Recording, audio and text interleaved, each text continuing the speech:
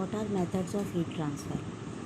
जैसे एक जन का हाथ ठंडा है, एक जन का हाथ गर्म है, तो एक जगह से हीट दूसरी जगह जा रही है ना। तो हीट के ट्रांसफ़र होने के 3 तरीके हैं। पहला है कंडक्शन, दूसरा है कन्वेक्शन, तीसरा है radiation. These are the 3 methods of heat transfer. अब कंडक्शन जो होता है वो ज़्यादातर सॉलिड में होता है, कन्वेक्शन लिक्विड में होता है, और रेडिएशन ऊपर आसमान में जहाँ वैक्यूम होता है, जहाँ हवा भी नहीं होती है। ठीक है। अब कंडक्शन की डेफिनेशन ध्यान से देखो। ट्रांसफ़र ऑफ हीट, देखो सब में लिखा है transfer of heat, transfer of heat. ठीक। From hotter end to colder end, गर्म से ठंडे में जाता है ना। बोलो, जिसका हाथ ठंडा रहता है उसको गर्म महसूस होता है कि नहीं।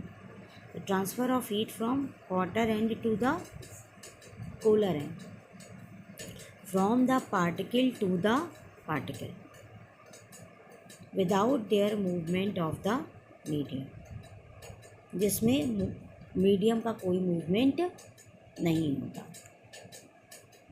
जैसे हम बैठे हैं, हमने कोई चीज़ तुम्हें दी, बिना उठे तुमने वो चीज़ बिना उठे बगल वाले को दे दी, बगल वाले ने बिना उठे किसी दूसरे को दे दी, तो सामान यहाँ से वहाँ तक पहुँच गया, है ना।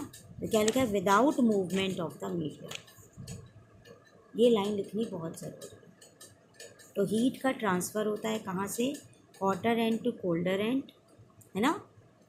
जब फ्रॉम पार्टिकल टू पार्टिकल मत लिखो, without movement of the medium, ये लिखना ज़रूरी है। इसमें कन्वेक्शन में देखो, transfer heat of heat by actual movement of particle, इसमें पार्टिकल ऑफ मीडियम मूव करते हैं। यहाँ देखो, यहाँ कोई पार्टिकल ऑफ मीडियम नहीं लगता। ट्रांसफ़र ऑफ हीट डायरेक्टली, सीधा, from the hot body to the cold body without any medium. यहाँ कोई मीडियम होता ही नहीं है, इन दोनों में मीडियम होता है। ठीक है। इसमें मीडियम का मूवमेंट नहीं होता, इसमें मीडियम का मूवमेंट होता है, और इसमें विदाउट एनी मीडियम, इसमें मूवमेंट मीडियम होता ही नहीं है।